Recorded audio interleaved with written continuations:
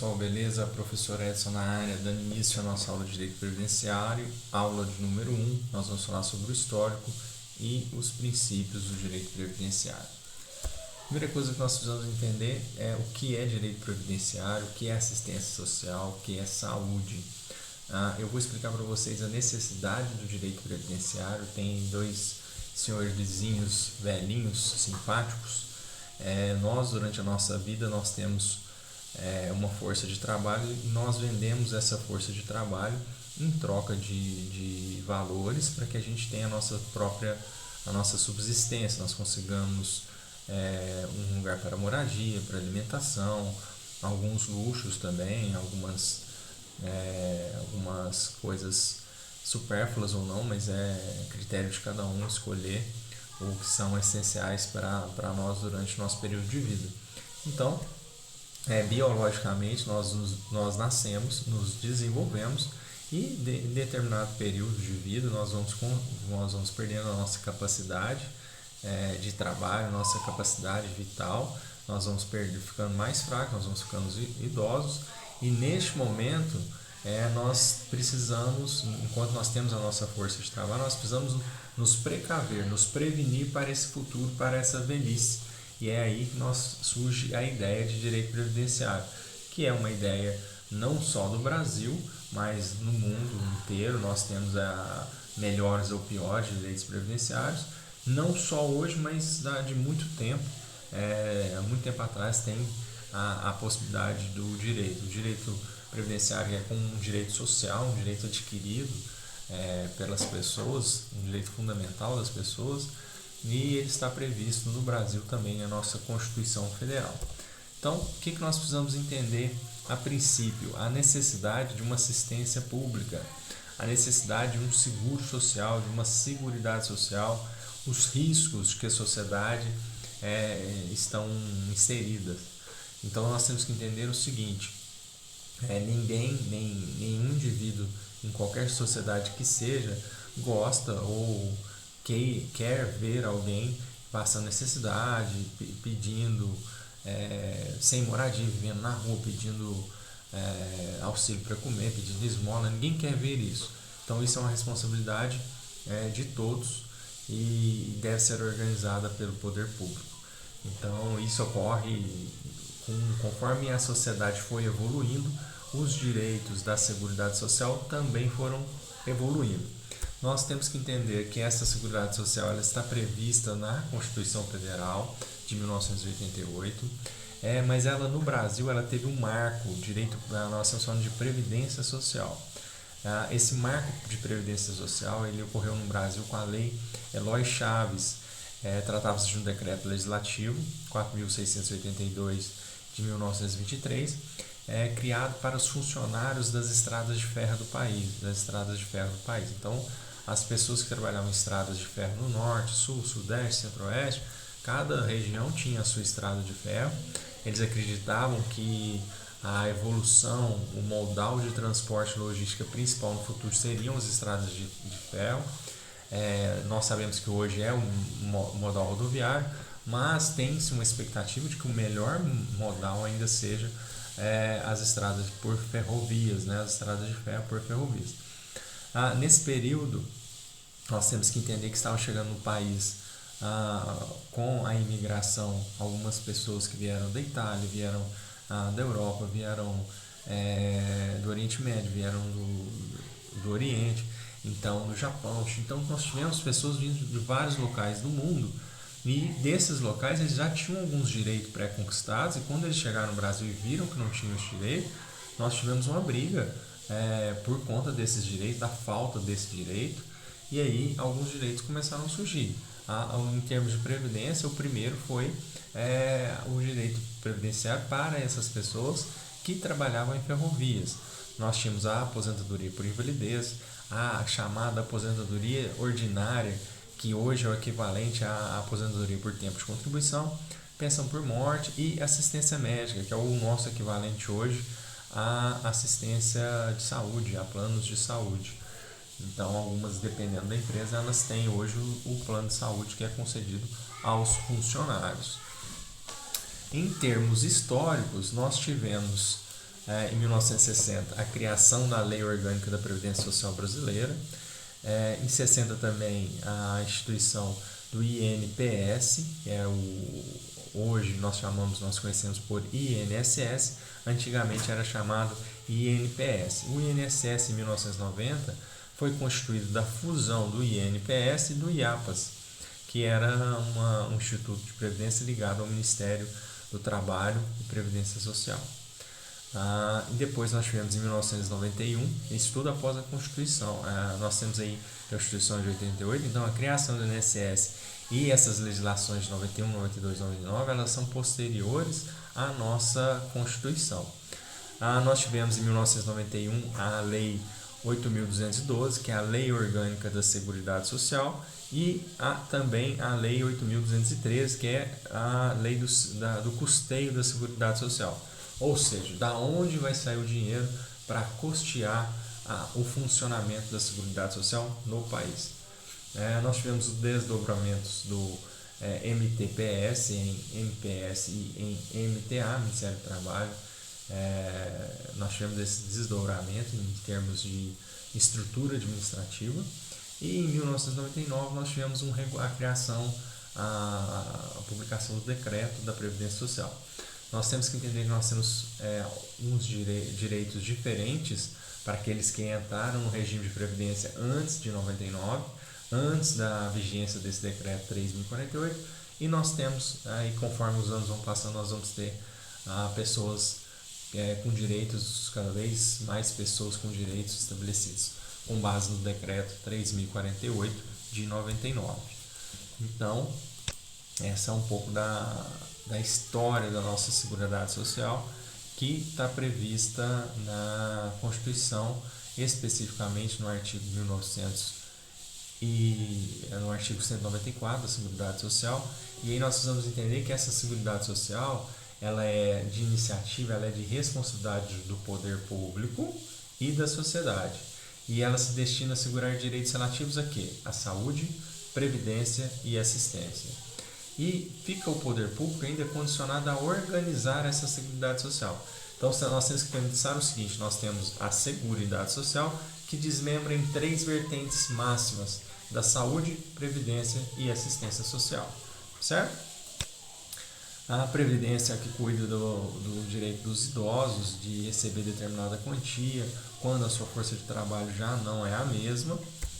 Nós temos assistência social, porque independente da qualidade da força de trabalho que a pessoa tenha, não necessariamente ela consegue estar sempre no mercado de trabalho, ela não consegue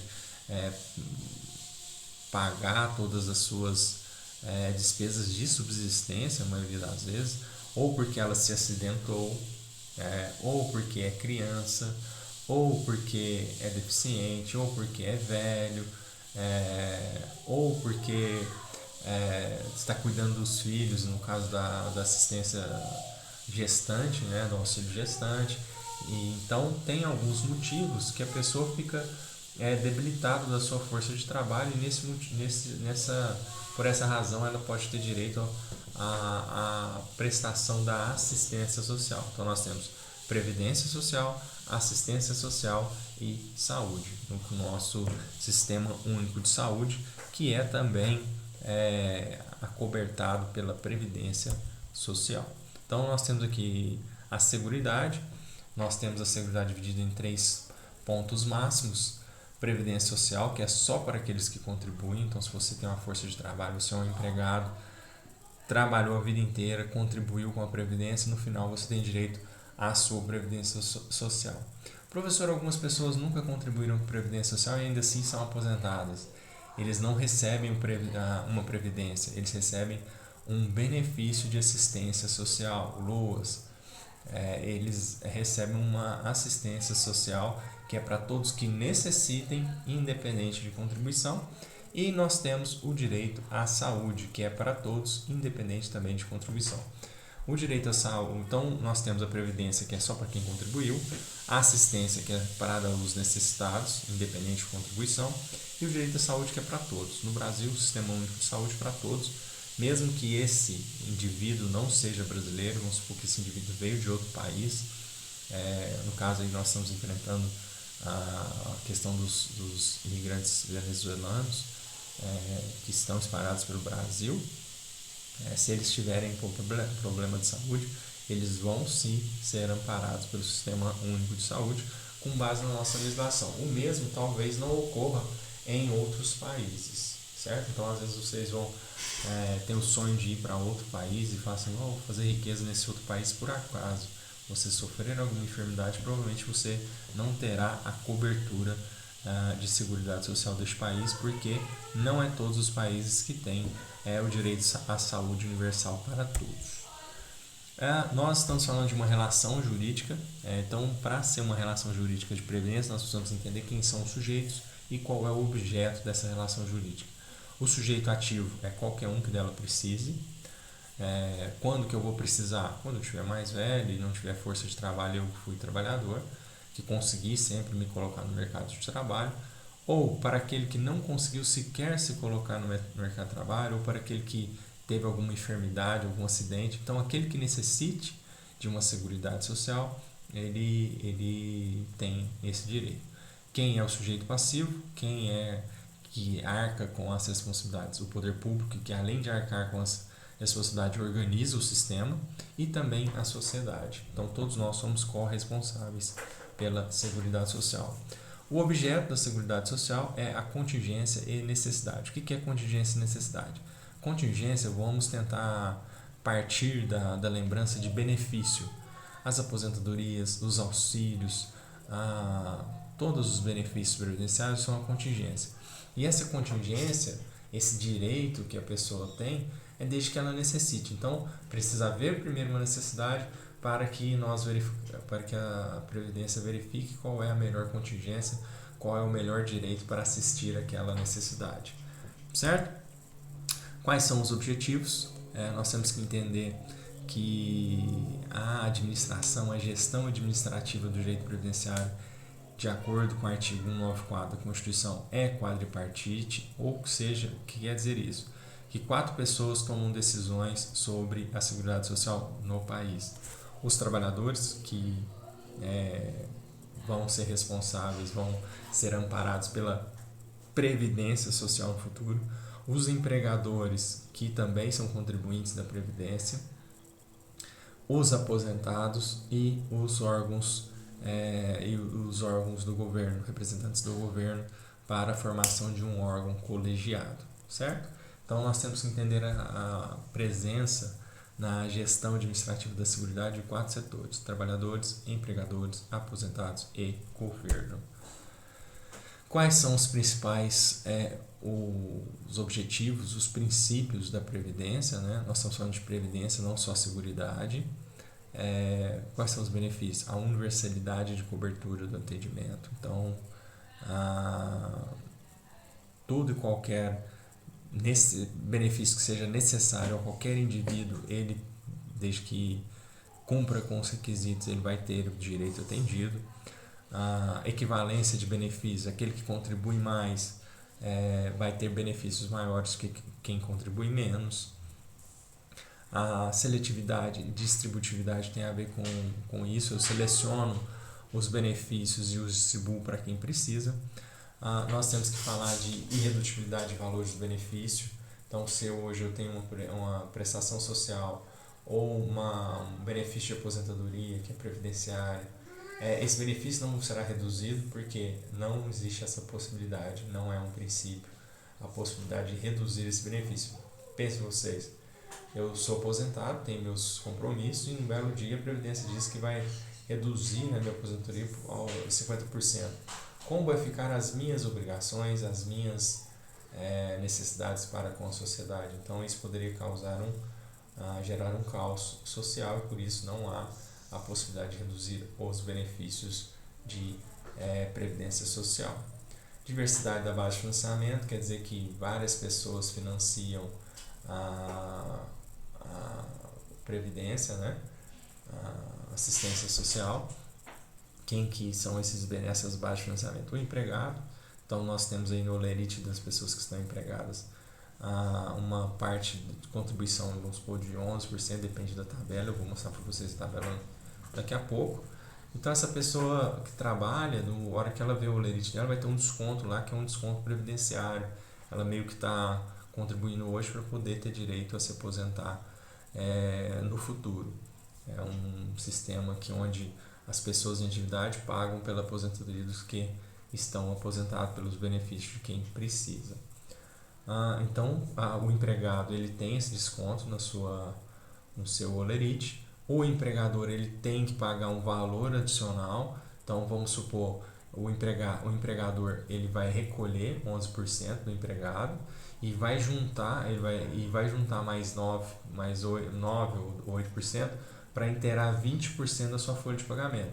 Então, o empregado, ele paga um determinado valor no seu olerite, o empresário também paga com base na sua folha de pagamento e o governo também paga, também destina algumas receitas para a Previdência. Aqui tem algumas explicações sobre a universidade de cobertura e de atendimento, foi o que eu falei para vocês. Cada um que tenha necessidade tem que ter determinada cobertura, determinado direito atendido, desde que comprove a situação de necessidade. Alguns são sujeitos de direito de proteção social, outros de previdência, dependendo do regime que nós estivermos falando. Pode ser a pessoa que requer a aposentadoria, pode ser a pessoa que esteja em condição de dificuldade financeira, esteja em condição de rua. Então nós temos que ter isso em mente, que a universalidade é tanto de cobertura quanto de atendimento. O atendimento tem a ver com os sujeitos.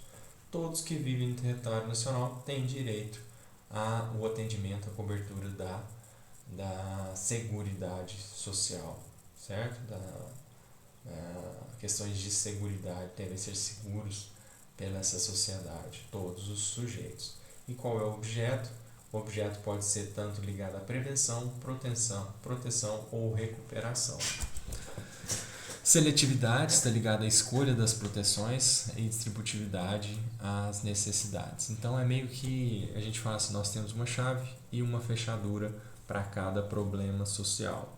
Então a chave seria a distributividade seria a fechadura e a chave seria o benefício escolhido para preencher aquela dificuldade que é enfrentada pela sociedade, certo? Isso relaciona-se a uma igualdade, uma redução das desigualdades sociais e econômicas mediante a uma política de redistribuição de renda. Certinho? E aí? Nós temos a irredutibilidade dos valores, foi o que eu falei para vocês. Os valores previdenciários, assistenciais, eles não podem ser reduzidos porque geraria uma instabilidade do comércio, uma instabilidade da economia deste país, então não há a previsão de redução de benefícios. Nós estamos falando sobre o financiamento, nós vamos explicar depois, mas nós temos que entender que é uma responsabilidade de toda a comunidade. A proteção social é encargo de todos, porque a desigualdade social incomoda a sociedade como um todo. Ninguém fica feliz de ver um indivíduo, velho ou novo, passando por dificuldade, pedindo esmola na rua. Então isso é obrigação de todos, do empregado, do trabalhador, do empregador, do trabalhador, da empresa e do governo, certo? E do próprio aposentado. O governo federal ele financia a Seguridade Social com algumas receitas da União, receitas da contribuição social é um exemplo de tributo, e receitas de outras fontes. Professor, me dá um exemplo de outra fonte aí. O acumulado das loterias, o que sobra depois de pagar o valor das loterias, ele é revertido, uma parte é revertido para a Previdência e Seguridade Social. A gestão da Seguridade Social é quadripartite, lembra que eu falei para vocês, trabalhadores, empregadores, aposentados e poder público.